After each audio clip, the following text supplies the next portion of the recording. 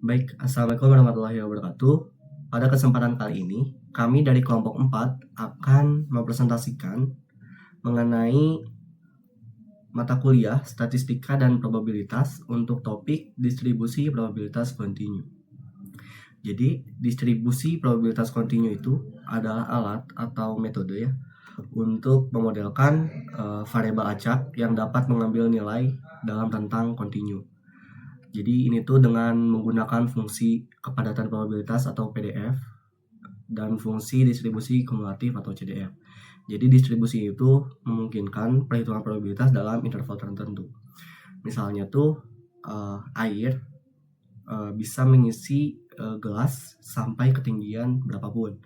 Misalnya 1,2 cm, 1,2,5 cm, 1,25367 cm. Jadi bukan hanya angka bulat 1 cm atau 2 cm atau 3 cm. Jadi distribusi probabilitas kontinu itu mirip seperti itu kalau kita analogikan. Jadi ia tuh distribusi ini tuh memodelkan sesuatu yang bisa memiliki nilai apapun dalam rentang tertentu. Nah, dalam kasus ini kami tuh mengambil sesuai yang ada di job sheet, kami tuh mengambil untuk sumber data yang praktikum sebelumnya, yaitu NSL KDD. Nah, sebelum mulai ke presentasinya, di sini saya akan memperkenalkan dulu anggota dari tim kami, yaitu ada Daphne Lanahtadia dengan NIM 231511008, lalu ada saya sendiri Geraldine Wisrawa dengan NIM akhir 011, lalu ada Haya Konita Amani dengan NIM 013, lalu ada Jagat Aksal dengan NIM 017, lalu ada Muhammad Raifan Nova Mufid dengan NIM 021, dan yang terakhir ada Naufal Asidik dengan NIM terakhir 023. Untuk outline-nya sendiri di sini ada tools yang dipilih. Untuk tools yang dipilih ini tuh adalah Python yang mungkin nanti akan dijelaskan oleh rekan saya. Lalu ada implementasi dalam pengolahan data dari NSL KDD ini. Lalu ada lesson learn yang kami dapat. Baik, mungkin selanjutnya mengenai tools yang dipilih akan dijelaskan oleh rekan saya. Baik, saya Naufal Sidik akan menjelaskan bagian tools yang dipilih. Di sini kami memilih tools yaitu Python. Kenapa Python? Karena Python ini bisa menjadi alat utama kita untuk menyelesaikan praktikum ini. Kenapa Python? Karena di Python sendiri memiliki library yang sangat lengkap untuk memenuhi kebutuhan yang kita gunakan. Seperti ada Pandas untuk manipulasi data, ada NumPy juga, ada juga Matplotlib dan Seaborn untuk visualisasi histogram. Python juga memiliki sintaks yang mudah untuk dipahami, cocok juga untuk kolaborasi berkelompok, apalagi kita menggunakan Google Colab. Jadi kita menggunakan Python di sana dan bisa secara bareng-bareng untuk menyelesaikan praktikum ini. Dan dengan Python juga di sini kita bisa mengatasi data-data yang besar seperti yang ada pada NSL KDD seperti yang kita gunakan sekarang. Meski begitu juga Python bisa lebih lambat dibandingkan dengan alat lain misalkan, tapi di praktikum ini Python sendiri sangat ideal dan fleksibel untuk menyelesaikan praktikum. Perkenalkan, nama saya Haya Konita Amani dengan 3 digit NIM terakhir 013. Di sini saya akan menjelaskan mengenai implementasi pengolahan data bagian correlation analysis. Untuk yang pertama, kami hanya memilih kolom bertipe float atau numPad atau yang bertipe real. Lalu kami menghapus juga kolom kelas karena kolom kelas itu merupakan targetnya. Lalu yang kedua, kami menghitung korelasi antara setiap fitur bilangan real atau numerik dengan kolom kelas. Selanjutnya kami mengambil nilai absolut karena kami berfokus pada seberapa besar pengaruhnya, bukan arah positif atau negatifnya. Lalu yang keempat, kami mengaruhkan fitur berdasarkan nilai korelasi terbesar ke terkecil. Dan yang terakhir, kami akan menampilkan 3 fitur dengan pengaruh terbesar terhadap klasifikasi sebagai anomali atau normal. Di sini untuk program Python-nya, kami menggunakan function corewidth, di mana ini akan menghitung nilai korelasi antara setiap fitur dengan target class. Lalu untuk hasilnya, akan menampilkan 3 atribut paling berpengaruh terhadap klasifikasi anomali. Yang pertama ada SAM SRV rate, yaitu sebesar 0,708911. Lalu selanjutnya ada DST host SAM SRV rate yang sebesar 0,667624. Dan yang terakhir atau yang ketiga ada DST host SAM SRV zero rate sebesar 0,593690. Selanjutnya adalah bagian statistika deskriptif. Jadi untuk memahami karakteristik dari 3 fitur yang paling berpengaruh terhadap klasifikasi anomali, bisa dilakukan dengan menganalisis sebaran nilainya, baik menggunakan rata-rata, median, modus, standar deviasi, atau rentang nilai, seperti minimum, maksimum, dan kuartil. Selain itu, kemencengan atau skewness dan keruncingan distribusi atau kurtosis dapat dihitung untuk mengetahui apakah distribusi data mendekati normal atau tidak. Untuk implementasinya sendiri, di sini menggunakan library Pandas. Jadi bisa jadi menggunakan Pandas data frame, bisa langsung menggunakan .describe untuk mengetahui hal-hal seperti rata-rata, kuartil, minimum, maksimum, dan standar deviasinya. Lalu untuk mencari tahu median, modus, skewness, dan kurtosis, data frame tadi menggunakan .median, .mode, .skew, dan .kurtosis. Dan hasilnya sendiri adalah terhitungnya rata-rata, median, modus, standar deviasi, minimum, kuartil 1, 2, dan 3, maksimum, skewness, dan kurtosisnya.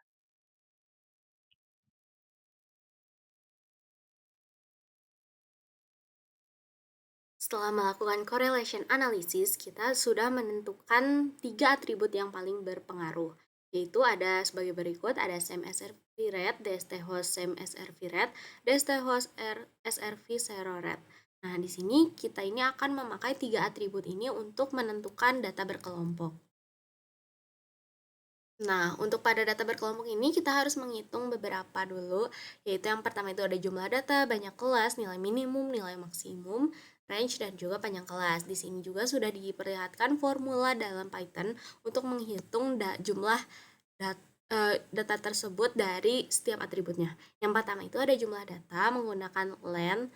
Nah, setelah itu ada banyak kelas. Di sini kami menggunakan rumus Struges.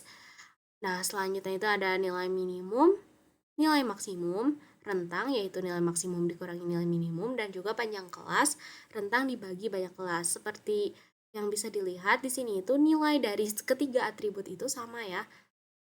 Nah, tapi ini itu tidak berarti bahwa data tersebut itu adalah redundan, karena setelah dicek kembali pada data yang aslinya itu tidak terdapat seluruhnya redundan seperti itu.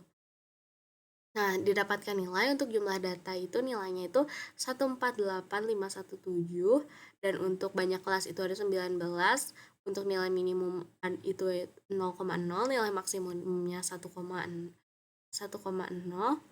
dan untuk range-nya itu 1,0, dan panjang kelas itu 0,0526. Nah, di sini saya akan menunjukkan.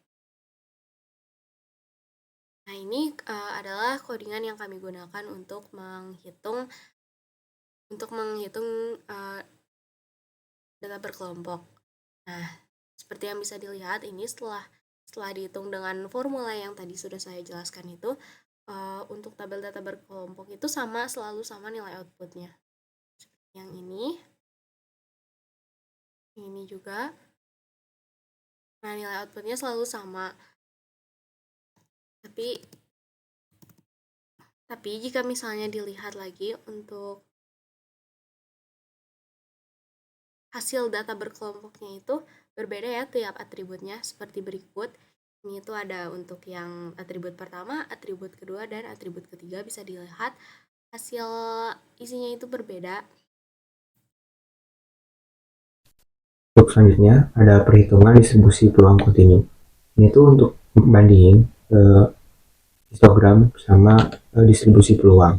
Di sini tuh kami membandingkannya dengan distribusi normal, gamma, eksponensial, dan KDE.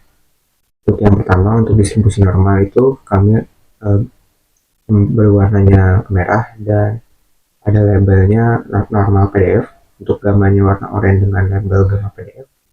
Untuk eksponensial warna hijau dengan label eksponensial PDF. Untuk kata KDE warnanya ungu, untuk stylenya itu strip-strip, dan untuk labelnya KDE empiris. Oke, untuk selanjutnya ada hasilnya. Di sini ada SEM SRV rate. Di sini bisa kelihatan ya untuk histogramnya. Histogramnya itu yang grafik batanya itu.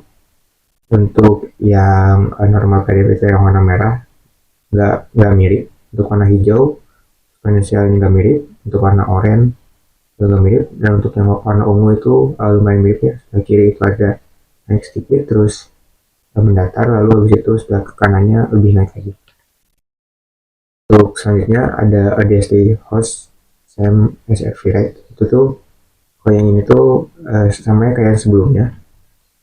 Untuk yang merah itu nggak mirip sama grafiknya, yang hijau juga masih belum mirip, yang oranye belum mirip, dan ya yang paling mendekati itu yang ungu, yang KDE empiris. Selanjutnya ini grafiknya tidak terlihat, jadi tidak bisa diambil kesimpulan dari dua hasil ini. Maka yang paling mirip adalah yang KDE empiris. Nah, baik, di sini akan dijelaskan mengenai visualisasi histogram itu sendiri. Di sini ada tiga atribut, yaitu ada same SRV rate, ada juga DST host same SRV rate, dan juga DST host SRV zero rate. Di sini masing-masing memiliki histogramnya sendiri. Biar lebih jelas, mungkin kita akan lihat saja ke di Google Colab-nya sendiri. Nah, di sini ada histogramnya. Dimana jika kita lihat ini yang pertama ada same SRV rate. Jika dilihat di sini dari histogramnya sendiri, ini seperti membentuk miringnya ke kiri gitu, dari sini ke sana miringnya ke kiri, yang dimana puncaknya itu ada di 1 di sini, yang dimana ini tuh menunjukkan banyaknya koneksi dengan layanan yang serupa. Nah, di sini ada data berkelompoknya, ada jumlah datanya, jumlah data dari sini sampai sini, ada juga kelasnya. Ini ada 19 kelas, ada nilai minimumnya 0, ada nilai maksimumnya 1, dan range-nya 1,0. Panjang kelasnya 0,0526. Nah, ini rincian pembuatan histogramnya, yang dimana pada intinya di akhir kelasnya itu di sini ada 0,947,1,0. Nah, ini dari kumulatif frekuensinya ini sampai 1, dan ini di sini seperti itu. Nah, yang keduanya ada histogram dari DST host same SRV rate. Di sini sekilas seperti sama dengan yang sebelumnya, yang same SRV rate. Namun ada beberapa hal kecil yang terlihat berbeda, yaitu pada bagian ini. Ini sangat berbeda dengan yang sebelumnya, same SRV rate, di mana ini kecil dan ini hampir tidak ada di sini, tidak ada histogramnya atau sedikit banget untuk datanya. Yang paling banyak di sini dan paling banyak juga di sini. Tapi kalau di sini terlihat ada mulai muncul atau mulai ada dari datanya sendiri. Ini datanya dari sini tidak sampai menghilang atau tidak sampai tidak kelihatan gitu ya si barnya. Jadi tetap ada datanya walaupun sedikit. Tapi ini menunjukkan bahwa ini berbeda dengan histogram yang sebelumnya tadi, dimana ini lebih merata gitu untuk segi datanya. Walaupun puncaknya tetap ini yang lebih banyak, dan ini sebaran datanya lebih merata gitu daripada yang tadi. Nah, ini rinciannya tadi seperti tadi juga, dimana nilai minimumnya 0, nilai maksimumnya 1, jumlah datanya juga segini, banyak kelas tetap 19. dan panjang kelas juga masih sama. Yang pada akhirnya juga di sini ada frekuensi kumulatifnya juga sampai 1 sampai sini. Seperti itu. Lalu yang terakhir di sini ada histogram DST host SRV error rate-nya. Bisa dilihat bahwa ini berbeda dengan yang dua histogram sebelumnya. Yang dua histogram sebelumnya tadi yang sebelah kirinya itu lebih pendek, tapi yang kanannya lebih panjang. Tapi ini kebalikannya. Ini berbeda dengan dua histogram sebelumnya. Yang paling kiri atau yang dari 0 itu adalah yang paling tinggi, yang paling banyak datanya. Sedangkan yang paling sedikit atau yang sedikitnya itu ada di 1.0-nya gitu di akhirnya. Sehingga ini lebih miring ke kanan. Dan di sini juga terlihat bahwa tidak ada data sebelah sininya. Ataupun ada sedikit gitu. Karena saking tidak meratanya, ini seperti terlihat tidak ada, padahal sepertinya ada sedikit data di situ. Nah, inilah rinciannya juga sama seperti tadi. Bisa kalau dilihat di sini ada count-nya, ini ada datanya sekian. 109.835 data. Ini mana yang paling besar di sini, dan 36.000 ya di sini. Nah, bisa lihat juga di sini 300, sehingga jadi yang mendatar di bawah ini tuh tidak benar-benar 0 atau tidak benar-benar tidak ada nilai atau datanya. Sebenarnya ada, tapi hanya sedikit atau ya sedikit dibandingkan yang awal dan juga akhirnya. Ini 36.000, yang ini 109.000. Seperti itu. Nah, itu untuk visualisasi histogram. Baik, pada tahap ini di sini saya akan menjelaskan mengenai seberapa besar peluang atau probabilitas suatu fitur itu ada di bawah, di atas, atau di tengah-tengah di antara batas atas dan batas bawah dalam distribusinya. Jadi metode yang digunakan di sini itu adalah metode KDE untuk membuat 3 fungsi probabilitas, yang dimana ada 3 fungsi, yaitu untuk melihat peluang dari nilai fitur ketiga fitur yang sudah kita cari kurang dari X, lalu ada peluang nilai fitur yang lebih dari X, dan peluang nilai fitur yang berada di antara dua titik A dan B. Nah, untuk mengetahui titik A dan B nya itu sebenarnya saya masih bingung apakah ada metode tertentu untuk menentukan batas dari X1 atau X2 nya atau titik bawah dan titik atasnya. Namun dalam kasus ini di sini saya menggunakan Q1 sebagai batas bawah dan Q3 sebagai batas atas, di mana Q1 ini tuh merepresentasikan nilai yang berada di 25% dari data dan 75% dari data. Nah, itu tuh kan udah didapat dari rekan saya mengerjakan statistika deskriptif untuk mencari Q1, Q2, Q3, min, dan lain-lain. Jadi saya mengambil data tersebut untuk menguji fungsi probabilitasnya. Nah, di sini tuh didapat nilai probabilitasnya itu, mungkin kita ke Google Colab-nya aja. Nah, untuk fitur sam._srv_rate di sini untuk fitur yang berada peluang di bawah 0,1 yaitu ada di sekitar 23%, dan untuk yang berada di atas titik 1 itu ada 0,31%, ada di 31%, dan di bawah dan di antara batas atas dan batas bawah itu ada 45%. Jadi itu kalau misalnya kita hitung bakal jadi 100%. Cuman untuk nilai terbesarnya itu ada di 45%. Dan untuk probabilitas untuk fitur DST_host_same_srv_rate itu ada di 23,26%, yang kurang dari 0,05 atau Q1-nya itu. Dan untuk probabilitas yang berada di kanan titik 1 itu ada di 20%, dan di antara batas atas dan batas bawahnya itu ada di 56%. Dan yang terakhir ini adalah probabilitas untuk menghitung fitur DST_host_srv_rate. Untuk probabilitas di mana nilai Q1-nya itu 0,0, probabilitasnya itu yang berada di kiri 0,0 ada di 36% dan yang berada di kanan 0,5 ada di 25%. Lalu untuk yang berada di tengah-tengah atau di antara 0 sampai 0,5 ada di 38%. Nah, jadi mungkin itu. Namun di sini pun saya masih bingung apakah itu sudah akurat atau belum dan apakah metode yang digunakan sudah benar atau belum. Cuman dari hasil pencarian kami, hasil eksplorasi kami, mungkin itu yang bisa kami sampaikan gitu.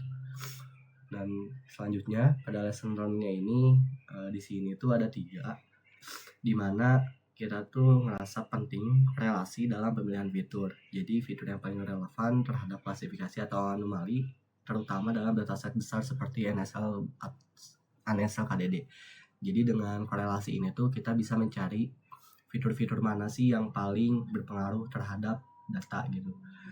Yang kedua ini menentukan distribusi yang paling sesuai berdasarkan karakteristik data dengan menggunakan skewness, kurtois, dan bentuk histogram. Lalu yang ketiga nih, dalam praktik nyata seperti dataset besar seperti NSL KDD, distribusi data tuh sering kali tidak normal dan memerlukan distribusi alternatif seperti gamma atau eksponensial. Jadi seperti yang sudah dipresentasikan oleh rekan saya sebelumnya, dari data NSL KDD itu datanya tuh gak normal, gak eksponen.